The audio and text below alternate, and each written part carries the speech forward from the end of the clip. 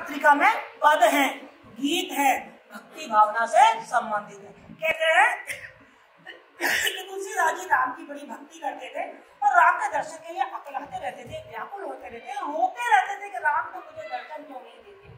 तो कहते हैं एक बार हनुमान जी उनके पास आए और उन्होंने कहा कि तू भगवान के प्रति, राम के प्रति विनय के पद लिख, भक्ति के पद लिख, तुझे राम के दर्शन हो जाए। और फिर कहते हैं इन्होंने ऐसे ही किया।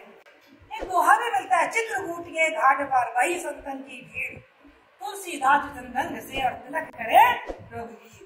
कहते हैं कि जब चित्रकूट के घाट पर तुलसीदास जी बैठे हुए चंदन घिस रहे थे तो एक छोटा सा बालक आता है तिलक करवाने के लिए। तुलसीदास तो पहचान नहीं पाते, तो पेड़ पर एक पक्षी तोता बैठा हुआ ये दोहा बोलता है, तब तुलसीदास जी पहचान जाते हैं कि ये बालक ही राम है। कहा जाता है, मैंने अपनी आंखों से नहीं देखा। ठीक है, तो ऐसे उन्होंने विनय पत्रिका लिखी जिसमें विनय के पद लिखे, भक्ति के पद लिखे। नाम से मालूम पड़ा विनय, नम्रता, अपने आप को ईश्वर के चरणों में सौंप देना।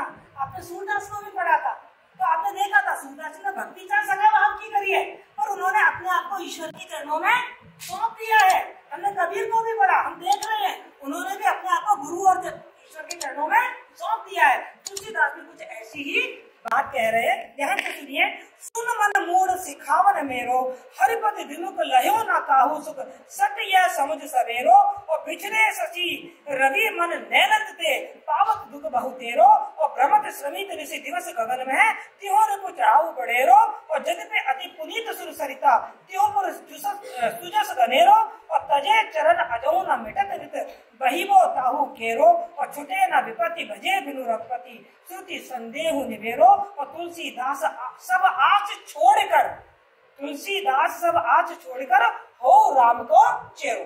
मैंने ये पद पढ़ा, आपको बात ज्यादा समझ में नहीं आया होगा। क्यों? क्योंकि ब्रज आपकी भाषा नहीं है। आपने ब्रज को ना पढ़ा है, ना सुना है, ना लिखा है, तो आप कैसे समझ पाएंगे? मैं समझ गई क्योंकि मैं ब्रज जानती हूँ, क्योंकि मैं ब्रज की रहने वाली हूँ ना, ब्रज भाषा हमारे घर में बोली जाती है, तो मैं समझ गई। लेकिन लास्ट की जो पंक्ति है वो तो आपको भी समझ में आ रही है, क्योंकि जो ब्रज भाषा है वो कहीं दूर की भाषा थोड़ी है। हिंदी की ही एक बहन है, हिंदी की ही एक उपबोली है ब्रज भाषा। इसलिए कुछ कुछ बातें तो आपको जरूर समझ में आ जाएंगी यदि हम इसको 2 बार 3 बार पढ़ेंगे। कोई ना कोई शब्द तो ऐसा है जो हमको ट्रिगर कर जाएगा और हम समझेंगे। लास्ट लाइन देख लो, तुलसीदास सब आस छोड़कर, समझ में आया कि नहीं आया? तुलसीदास जी क्या कह रहे हैं? सारी आशाओं को छोड़कर और करी हो राम को चेरो। चेरो का मतलब होता है गुलाम, दास। क्या बन जाइए? राम का दास बन जाइए। इतनी बात तो समझ में आ गई। अरे बस पूछ पकड़ने आनी चाहिए, फिर तो क्या है, फिर तो पूछ पकड़ते पकड़ते पकड़ते पकड़ते हम। अब इसको यदि आप 2-3 बार पढ़ते हो ना तो इसके कई शब्द हैं जो आपको जाने पहचाने से शब्द लगेंगे और आप इसका अर्थ समझ जाओगे। मैं इसका भावार्थ समझाऊं आपको एक एक लाइन। तो वो कह रहे हैं सुन मन। अब इसका समझ में आया कि नहीं आया? किसको कह रहे हैं? मन को कह रहे हैं। तुलसीदास अपने मन को कह रहे हैं। किसको कह रहे हैं? अपने मन। और अपने मन के माध्यम से वो दुनिया के सभी लोगों के मन से कह रहे हैं। केवल अपने मन से थोड़ी कह रहे हैं, अपने मन के माध्यम से। अपने मन को तो उन्होंने एक प्रतीक बना लिया, और अपने मन के कहने के बहाने से वो क्या कर रहे हैं? सबको ही वो बात सुना रहे हैं। सुन मन मूड सिखावन में, हे मेरे मन तू बड़ा मूर्ख है। मूड मानी मूर्ख, सिखावन मेरी शिक्षाओं को सुन। जो मैं तुझे बात बता रहा हूँ वो मेरी बातों को सुन। सिखावन मतलब मैं कुछ सिखाना चाहता हूँ, कुछ समझाना चाहता हूँ, कुछ शिक्षा देना चाहता हूँ। क्यों? क्योंकि तू मन है और तू मूड है। और हम सब समझते हैं मन को मूड क्यों कहा है। हम सब जानते हैं मन बड़ा चंचल होता है। अभी आपका चंचल हो रहा होगा, मैडम छोड़े हम बाहर जाए, हो रहा है नहीं हो रहा है? जरा देख कर ले मोबाइल में क्या आया है, बड़ी देर से टिन टिन टिन टिन कर रहा है। तो मन तो चंचल है, एक जगह टिकता नहीं है। तो इसीलिए उन्होंने क्या कहा है? मन को मूर्ख कहा है और कहा है सुन मन, बात सुन। यानी कि तो दुनिया के जितने भी व्यक्ति हैं जिनका मन उनके कंट्रोल में नहीं है, जिनका मन उनके नियंत्रण में नहीं है, जो सांसारिक मोह माया में फंसे हुए हैं, उन सबको संबोधित करते हैं। तुलसीदास जी कह रहे हैं हरिपति विमुख लयो ना काहू सुख।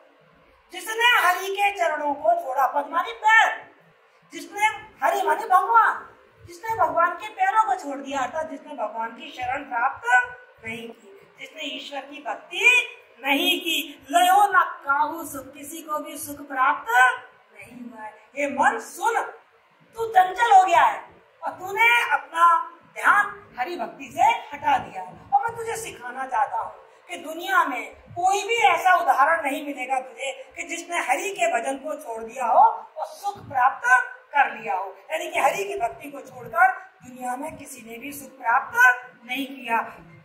सट ये समुझ सवेरो, सट माने धोखेबाज, ट्रैटर, ठग। उन्होंने मन को क्या कहा?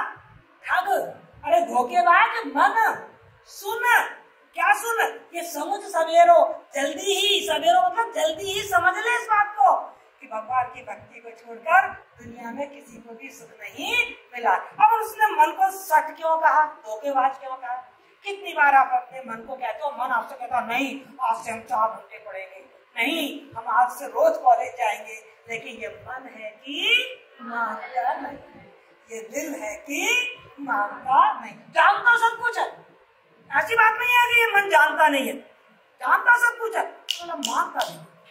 इसलिए इसको तुलसीदास जी ने क्या कहा है? सट, धोखेबाज कहा है। और फिर तुलसीदास जी इस बात को बड़े उदाहरणों के माध्यम से समझा रहे हैं, क्योंकि वैसे तो हमें समझ में नहीं आती ना कोई चीज।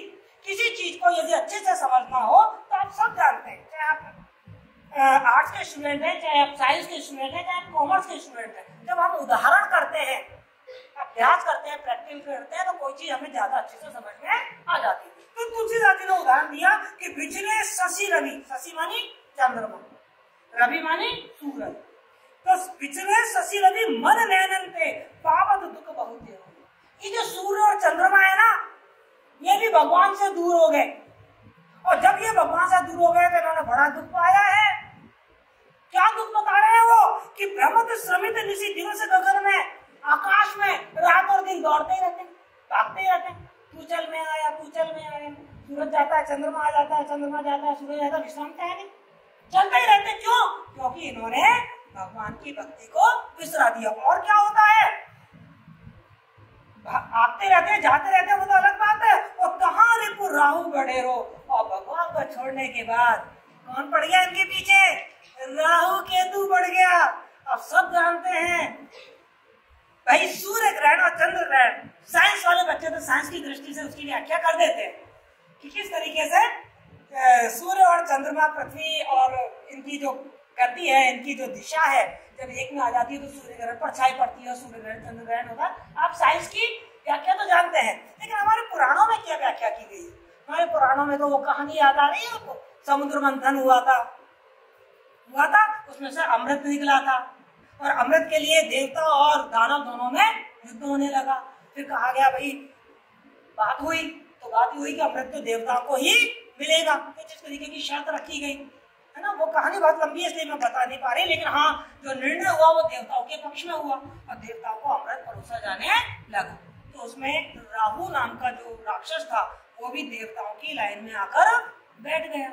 अब अमृत उसको भी परोस दिया गया, विष्णु मोहिनी के रूप में अमृत परोस रहे थे, उसको भी परोस दिया, उसने भी जल्दी से अमृत को चख लिया। लेकिन सूरज और चंद्रमा ने उनको देख लिया, और सूरज चंद्रमा ने जाके क्या किया? चुगली कर दी विष्णु भगवान को कि राहु तो वो है राक्षस, और निर्णय हुआ है कि राक्षसों को अमृत नहीं देना है, आपने इसको अमृत दे दिया। तब क्या किया? सुदर्शन चक्र से उन्होंने राहु का सिर काट दिया, तो राहु के 2 टुकड़े हो गए। तो सिर तो कहलाता है राहु, और उसका जो नीचे का भाग था वो कहलाता है केतु। कहते हैं तभी से ये राहु सूरज और चंद्रमा के पीछे पड़ गया। तो अमावस्या के दिन तो वो सूरज को खाने को आ जाता है, और पूर्णमासी के दिन वो चंद्रमा को खाने को आ जाता है, जिसे हम चंद्र ग्रहण कहते हैं। क्या कहते हैं? चंद्र ग्रहण। तो जो कहानी है वो कहानी मैंने आपको बताई है। तुलसीदास यह कहना चाहते हैं कि और तू तो कौन सी खेत की मूली है यार। सूर्य और चंद्रमा जब भगवान से दूर हो गए तो राहु उनके पीछे पड़ गया, और आज तक आकाश में छिपते फिर रहे हैं, तो तू कैसे उनकी भक्ति से दूर रह के सुखी रह पाएगा। और दूसरा उदाहरण उन्होंने क्या कहा कि यद्यपि अति पुनीत सुर सरिता त्यों पुर सुजस घनेरो, और तजे चरण अजहु ना भेटत नित वही वो ताहू केरो। दूसरा उदाहरण उन्होंने गंगा का दिया, सुरसरिता जिसे कहते हैं गंगा। दूसरा उदाहरण उन्होंने सुरसरिता का दिया। कहते हैं गंगा नदी पहले स्वर्ग में बहा करती थी। किसमें बहा करती थी? स्वर्ग में बहा करती थी। अब इसकी भी एक कहानी है, भगीरथ की, आपको सबको मालूम है भगीरथ ने बड़ी तपस्या की थी और तब ये मिला था, क्योंकि भगीरथ के जो कुछ पूर्वज थे जिनको राख कर दिया गया था उनको दोबारा से जीवन देना था, तो गंगा नदी का जल यहाँ लाना जरूरी था। तो भगीरथ ने तपस्या करी और जब भगीरथ ने तपस्या करी तो गंगा नदी स्वर्ग छोड़ के नीचे आ गई। कहाँ आ गई? जमीन पर आ गई। ठीक है, तो वो कह रहे हैं कि देखो यद्यपि अति पुनीत सुरसरिता, यद्यपि गंगा नदी को बहुत ही पावन और पवित्र माना जाता, मानते हैं ना अपन, गंगा जल पूजा में काम लेते हैं, गंगा जल को घर में रखते हैं, कहते हैं उसमें कीड़े ही नहीं पड़ते हैं। पुर सुजस घनेरू, तीनों पुरों में, तिहुपुर मतलब तीनों लोगों में गंगा नदी का बड़ा भारी यश है। तजे चरण अजौ न मिटत नित, लेकिन उसने भी स्वर्ग को छोड़ दिया अर्थात विष्णु को छोड़ दिया। तो देख आज तक बहती ही चली जा रही है, कभी विश्राम ही नहीं मिल रहा। क्या हो रहा है? गंगा बहती ही चली जा रही है, कभी उसे विश्राम नहीं मिला। तो जब गंगा नदी को स्वर्ग छोड़ने से विश्राम नहीं मिला, जब चंद्रमा और सूरज को प्रभु को त्यागने से विश्राम नहीं मिला, तो तुझे कैसे मिल जाएगा? इसलिए प्रभु भक्ति में मन लगा। छूटे ना विपत्ति भजे बिनु रघुपति, रघुपति को भजे बिना तुम्हारी कोई विपत्ति खत्म नहीं होगी, तुम्हारी मुश्किलें समाप्त नहीं होगी। श्रुति संदेह निबेरो, और हमारे वेदों ने पुराणों ने भी तुम्हारे इस संशय का निवारण कर दिया है कि प्रभु भक्ति से ही आपके कष्ट, आपके दुख, आपकी मुश्किलें, आपकी विपत्तियां दूर होंगी। तुलसीदास सब आस छोड़ के, तुलसीदास जी कह रहे सारी आस छोड़ दो, इससे उससे किससे हमारे दुख दूर होंगे। सारी आस छोड़कर क्या हो जाओ? राम को चेरो हो जाओ, राम के गुलाम बन जाओ, राम की भक्ति कर लो, तो तुम्हें सुख की प्राप्ति हो जाएगी। क्लियर? तो यहाँ पर तुलसीदास ने ईश्वर प्राप्ति का बड़ा सहज मार्ग बताया है, और वो सहज मार्ग क्या है? भक्ति का मार्ग। राम की भक्ति करें, किस रूप में करें? राम को अपना स्वामी माने और स्वयं को उनका दास माने, उनकी चरणों की भक्ति करें। अब मैं आपको फिर एक बात बता दूं, भक्ति का मतलब राम राम राम करना नहीं होता है। भक्ति का मतलब है कि जिसकी हम भक्ति कर रहे हैं उसके आदर्शों को अपने जीवन में उतारो। आप राम राम कह रहे हो तो राम के क्या गुण थे उनको अपने जीवन में उतारो, इसे कहेंगे भक्ति। ये नहीं कि आपने रामचरितमानस के अध्याय पढ़ लिए, आपने हवन कर लिया, आपने राम राम कर लिया, आपने भागवत कथा सुन ली, ये भक्ति नहीं है।